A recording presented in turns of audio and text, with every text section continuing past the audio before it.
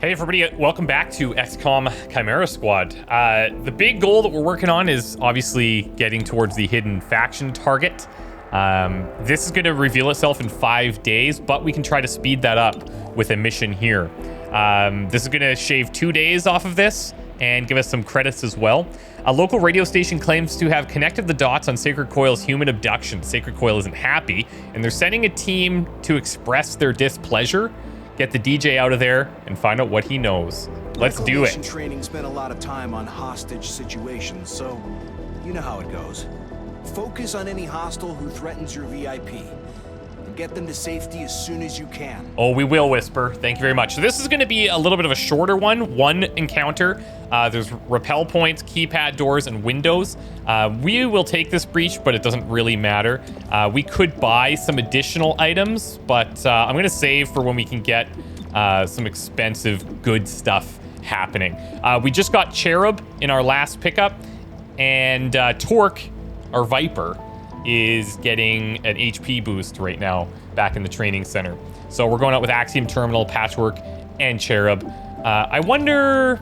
We have the medkit on him. I'm putting him in the most danger, so I think that makes sense. He can carry it, and let's rock and roll.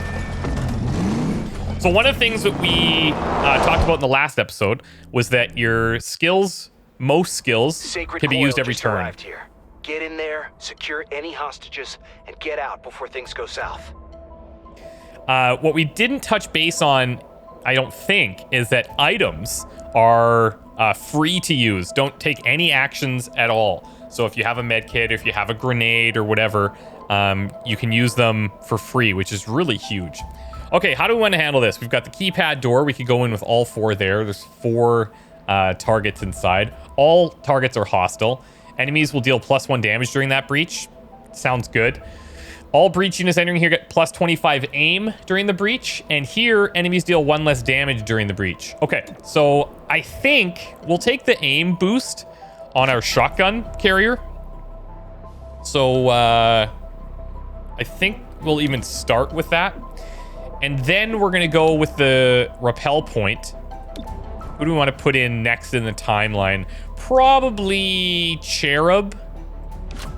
And then over here, we're going to go with Patchwork and lastly Terminal for any healing that might need to be done near the end. Now, these guys are going to be a little bit tighter together because they're in the same breach point, albeit near the bottom. So just pay attention to stuff like that and how it plays out in your timeline.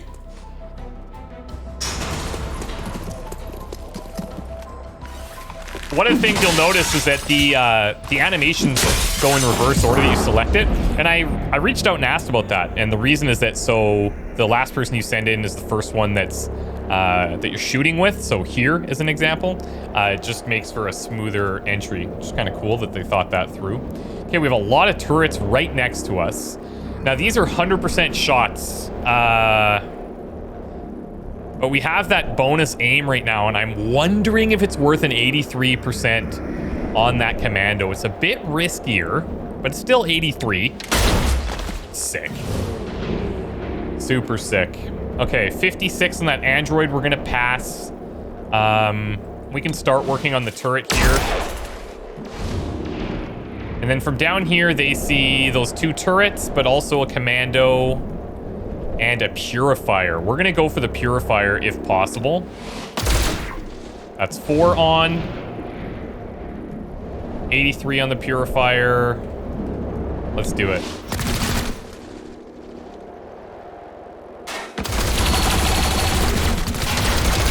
Ouch. That's what we get for dealing with hostile. Or aggressive, I should say. Always knew XCOM would come for me. What's up, Floyd? Didn't see it going down like this. Holy crap, that's FLOYD TESSERACT. I don't know who FLOYD TESSERACT is. Ranty guy? I expected more spittle at the corners of his mouth. Preposterous. I possess no natural oral lubricant. Mr. TESSERACT, we need to get you out of there. I know the drill. I devised the drill. Head down, follow orders, keep living. Is this... Old habits die hard. Is this the guy from the intro that we see who's kind of like the crazy, I don't know who he's being like mimicked after in the real world, but he's kind of like like the doomsayer on the news. It's like, everything's terrible. Like Alex Jones. He's the Alex Jones, I think, that we saw at the beginning. So we do need to secure him. We have an android up here. How do we want to tackle this? It's only a single encounter, so I'm actually going to take this heal right now. And then we want to just come in and try to take this shot. I'm actually thinking that maybe we should boost our squad here again, but there might be things like reinforcements and stuff, so I'm not even going to activate him yet until we go for more clearing. Let's psych up, get that rage meter boosted. He might kill the android. That would be really nice if so. Sick critical. Good job, Axiom. Very nice. Okay, so next on the timeline is the commando down below. So Cherub, he's got the kinetic shield, and then he gains a charge when the shield's destroyed. When he wants to use up those charges, he uses those on this bash, and he deals damage behind an enemy. So it's a bit situational in terms of getting that to line up, but still pretty nice. The other thing we can do, too, is we can even shield, if we could see him, we could shield the guy over there, but what do we want to do here? I don't want to just sit in front of this turret. I could run down and bash, I guess, and deal with the turrets. We might be able to hack one and then destroy one, depending on our positioning. This is guaranteed damage, albeit not that good. So if we're going to do that, we might as well just come here, leave them in the open. And I think we'll just take this shot down below for now. Oh, these guys are critting. It's insane. Okay, so the ultimate goal here is going to be to try to reprogram one and chaining jolt one. The chaining jolt's a guaranteed kill on these turrets, which is nice. Let's see if we can reprogram first.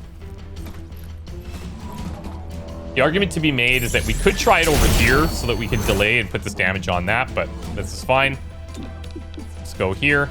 Blowing some fuses. Now, my personal approach in my playtime has been to deal with the objectives that it tells us to, and then secure anything. So in this situation, securing the VIP, yes, I guess a clearer way of explaining that is kill the enemies first, then secure the VIP. Sometimes it'll be a package or evidence or whatever. Kill everything first if you can, if reinforcements aren't coming, because reinforcements can come. I should have done a heal there, but we have our hack. We're going to go activate this soon. Let's set up the radial overwatch. So close range overwatch. Axiom. Get him. Evac the VIP and all squad members. Okay, here's a perfect example. One thing you can kind of start to do once you start really analyzing the levels is start to guess where some of the evac points are, usually a giant door like this. Reinforcements are coming in at the end of the round, and you can see where the reinforcements would come from. So we're going to start moving Axiom out. And our FLOYD guy, we moved him now, but he's got a ton of time. And we're not going to be able to get him out of here all the way. I don't think he can reach that. So we'll start moving some of these guys, but we might want to leave some to deal with reinforcements. So let's do something like this. We'll set up an overwatch up top. Keeping a lookout. This radial overwatch could come in handy. We're not going to chaining jolt anything. She's in a good position to leave. And again, we could send her, but I'll watch for hostiles. if I can't get everybody out, Ready for anything. I'd rather wait the extra time. Into the action. Let's get that heal out. May as well put it on him. Let's get your insides back inside. Let's do that. Thanks, Didn't Terminal. have to do that. Leave you on radial overwatch. And then lastly, FLOYD. Just make a mad dash. And we're just going to try to provide cover until we can get Axiom out of here. More reinforcements at the end of this round as well.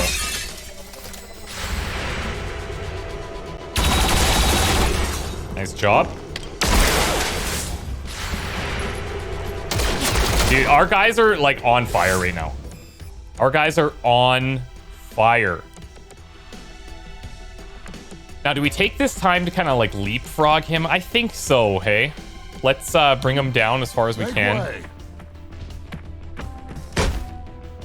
And we still have the team up if we wanted. So where is Patchwork? Yeah, I think what we'll do...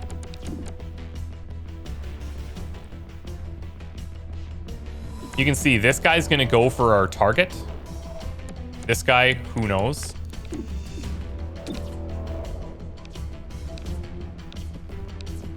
Do we want to shield anybody? Let's get him back here so he's one move away.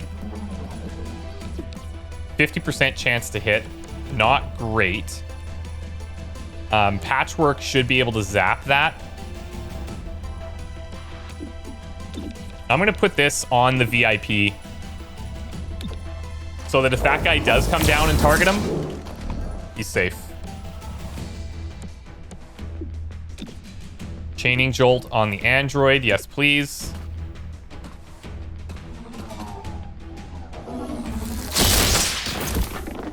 Bye-bye.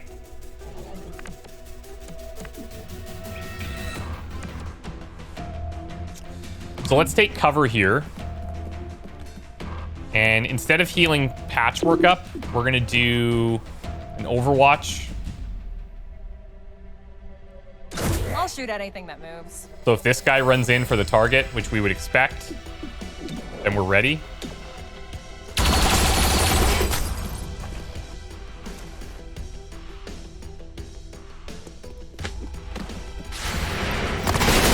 Sick. Okay. We are ready to go. There's going to be reinforcements here, so we might have to mess around a little bit, but at least he's out. And these guys don't get to act, so we at least have some time to analyze where they're at in the timeline and figure out if we can just run or not. Okay, so they keep sending reinforcements. This guy's coming in next. He's likely going to prime. We have our turret at the end. So if we can just avoid this one android, we're actually going to be fine. And this will be a good situation where we can use the team up here. So let's get Axiom out.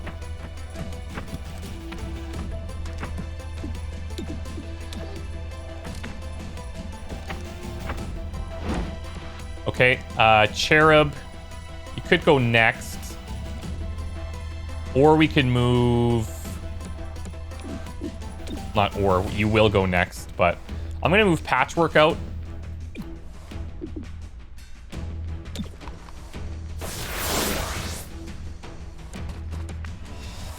They're going to have two actions here against Terminal. So let me get here. We're going to put a shield on Terminal before we leave. And then we're going to evac. We may have wanted to move Terminal up there instead. We could take our shot too. Chaining Jolt on one of these guys. The nice thing is the bounce does often hit something else. We'll put it on this one. Not that this really matters, but we might as well use everything we can.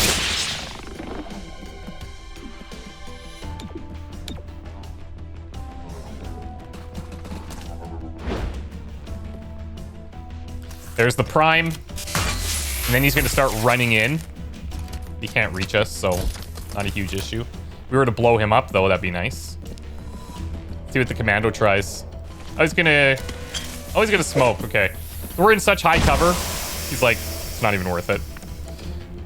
Okay, successful moving. second mission. Very nice. Let's go. Now, some of these are going to be a little bit shorter, and if they are, we might chain together a few in an episode. But very happy to get in and out of there. We didn't get a chance to down very many things, unfortunately, but we will get into that more as we go along. We could have maybe farmed some of the reinforcements there, but honestly, better safe than sorry, because things can get out of hand real quick. I know it's looked pretty solid so far, I'm glad, but yeah. So 2 days towards Operation Reveal, 35 credits. From the archives, FLOYD TESSERACT. What is IFC anyways? International Food Corporation, Intergalactic Fashion Conglomerate? I'll tell you what it really stands for. The Invisible Floater Conspiracy. Ever wonder what happened with those vertical takeoff and murder machines? You heard the elders turned all the floaters into Archons. Sure, some, but the rest are pulling strings we won't see until it's too late. Keep your eyes on the skies. You should have believed. 2040, February 20th. I guess that's the name of his show.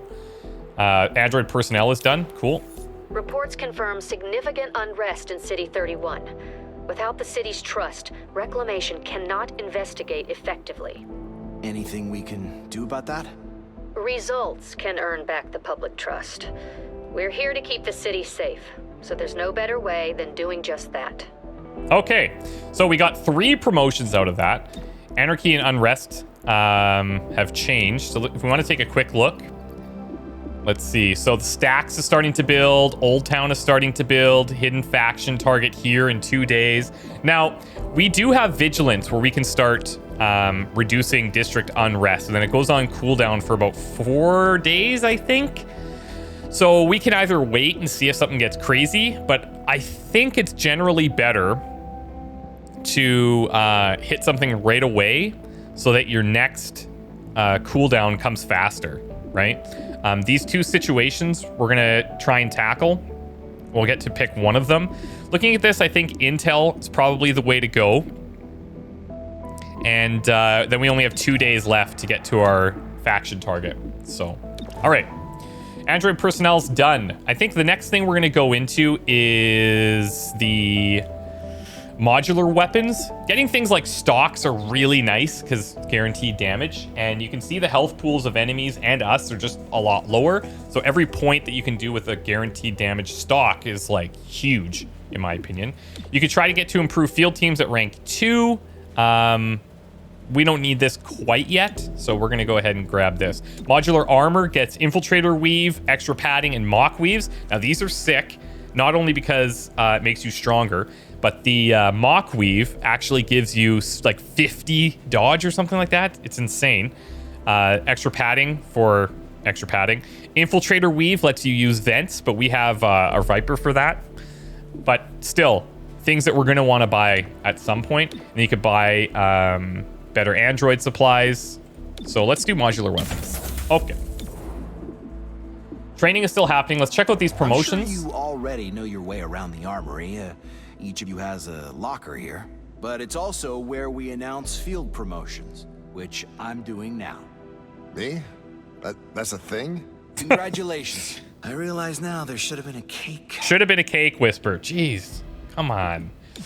All right, promotion to rank Deputy Agent is unlocked Battering Ram. Burst through a door, breach point with a chance to panic nearby enemies. Panic increases with rage. So I think we had seen that as an overlay in the previous video at one of the breaches, I think. But now it's actually active and we can use it. So you want to put him in first, select this Battering Ram, and he has a chance to panic. It's generally better in the second or third breaches because it gets better with rage, which he's not going to have when you first start a mission. So yeah, cool upgrade for him. Next, we have Terminal.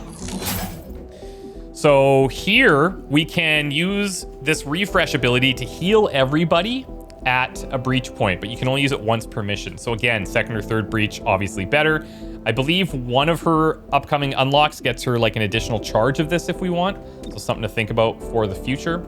Next up, we have Patchwork. Very cool. Gremlin scans the room, applying hollow targeting to all enemies. Increases the squad's aim by 15 against marked enemies. 1 use per mission. Very cool. So when do you deploy this? Do you start strong? Do you finish strong? Tough to say, but that's all part of the game that we gotta learn as we go. Do we want to put anybody in here? we can't really. We have one more day left of this, and so we have to pick a situation. Situations are resolved automatically. Bad operators, we're going to go for the one that gives the intel rewards. 31 PD has evidence that a mercenary team is smuggling restricted weapons on the side. They requested our presence when they make the arrest. Go. And that's going to advance the day for us. Torque has completed basic training, got our intel. The mercenaries surrendered without a fight. 31 PD said that without our presence, things might have gone the other way. Cool. Now, you can see things are building. So, recent death still roils City 31. Ideally, Citizens wish to pay their respects to our city's first freely elected mayor, said one attendee. She got it, you know? Local It hybrid. wasn't about making things better for me and mine. Hybrid, alien, human. She did her best for all of us. Love it. The city council voted unanimously to hold elections within the month. Councilor Parada released the following statement. Mayor Nightingale once said, "Governance does not need popular approval, but it requires the people's consent." Celio Dash reporting for Channel 37. Okay, cool. So let's do this. We should have did this yesterday when I was talking about it, but we're going to go ahead and reduce this. Reduce target district unrest by 1. The district has a field team +1 per rank. So something to keep in mind there as well. We only have a field team here right now, but if we wanted to, we could throw another field team in. Let's grab a technology field team here. Throw it in there. And let's reduce some of the unrest in this area. Get that on cooldown for 4 days. Very nice. So it's actually more efficient that we did it this way because now we could boost it by having a field team in there. These ones have some rewards. So an advanced stock, I like it. I like the stocks. An extra padding armor mod. Both are good. Both are giving intel. This one's actually giving slightly more. And we're getting the stock. So I think we're going to go here. Opposition acquired encrypted blueprints for a critical piece of the city's infrastructure. We need to get them back before they crack open. All right. So HP is increased by 2 on Torque. We have a decision to make. Do we give somebody else an upgrade and swap Torque in? Maybe it's worth it. Like if we put Axiom in now, while it's early, get his HP boosted, become a real tank, I think that's the way to go. The problem is that this is going to be available tomorrow, and that would mean that Axiom wouldn't be available for that mission. And I would like to have him on those main missions, if at all possible. We could use this opportunity to boost our new guy, perhaps, and then throw Axiom in next. But he does have that, he has that shield. Let's do it. The other option, if we were higher level, as these guys level up, they can get additional training from here. So we'll keep that in mind as we go forward. Let's throw Cherub in.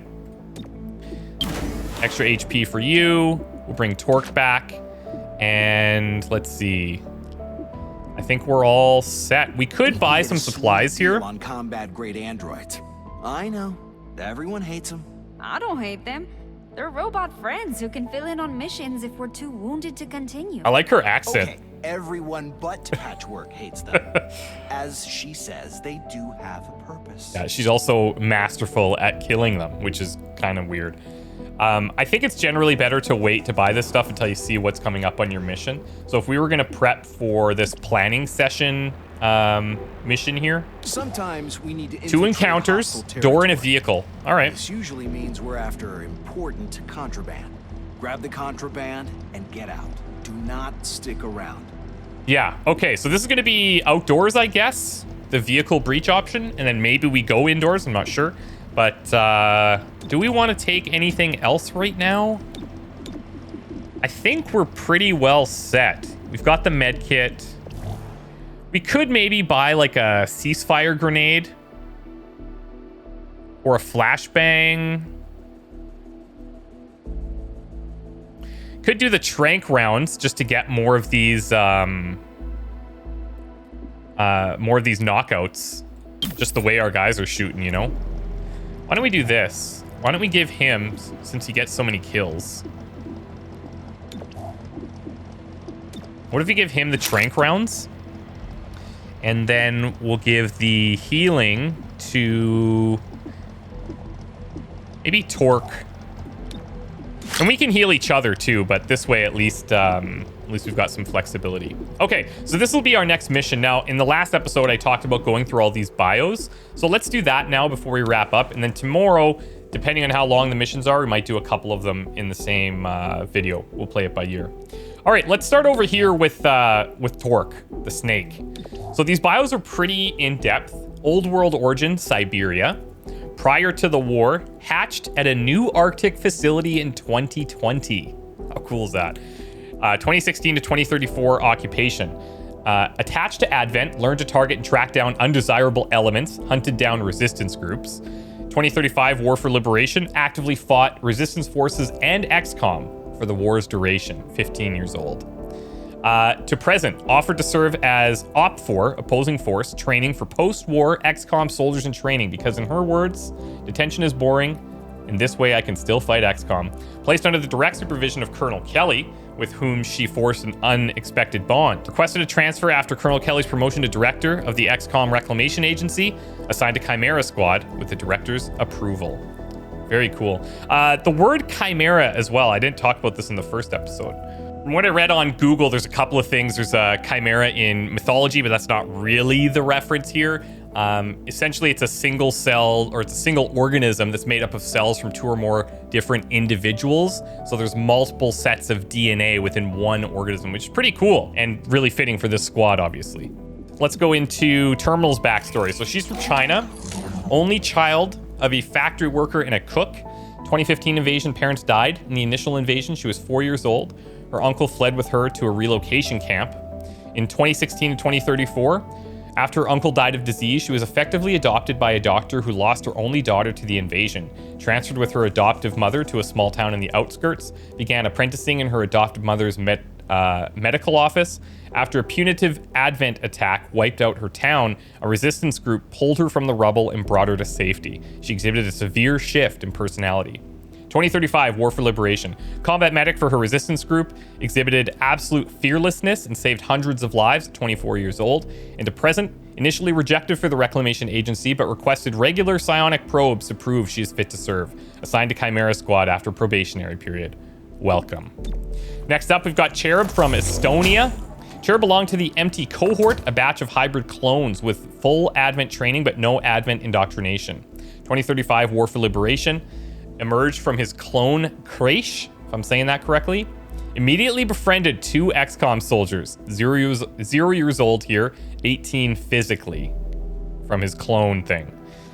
Okay, to present, transferred to a detention center. Exhaustive testing revealed no Advent sympathies despite being part of the Bellis Mar clone line. Released from detention and recommended as a test case for XCOM utilizing skills of the Empty Cohort. Transferred to the Reclamation Agency after proving his capability. Requested placement in Chimera Squad at first opportunity. Reclamation HQ has observed his enthusiasm. His enthusiasm improved the morale of his squad on multiple occasions. Yeah, he seems like a super positive dude. Patchwork from Mexico. First of 3 children raised in Puebla. 2015 invasion. Orphaned and grievously wounded. Lost both legs and an arm. Notice. Very cool. Well, not very cool, but, you know, we're embracing it now. 2016 to 2034 occupation. Raised communally at a relocation camp. Eventually moved into Advent's version of an orphanage. Used as propaganda after a gene therapy clinic rebuilt her limbs. Grew disillusioned with Advent as her technical skills improved. Extracted by XCOM at the behest of an anonymous tip. Later learned to be her own. That's cool. 2035 War for Liberation. Initially supported XCOM as an engineer on the Avenger. Transitioned to active duty after mid-2035 loss of personnel. 24 years old. To present, remain with XCOM, transitioning back to engineering. Joined the Reclamation Agency at the personal request of Chief Shen. Her technical acumen is a boon to Chimera Squad. I'm really excited to see people like dive into the lore here and like there's a lot of little hidden things that happen in the background on the walls of different environments and stuff that kind of give little hints as to additional things that might be going on. Axiom, my man. Born and trained on an invasion transport ship. 2015 invasion. Actively participated in the invasion of Earth, part of the first wave into Paris, 21 years old. 2016 to 2034 occupation. Selected as a candidate for conversion into a muton infused with human genetic material. After retraining, served at various Advent City centers as high-value target security, transferred to City 31, provided security at the Starport and Ascension Tower. 2035 War for Liberation.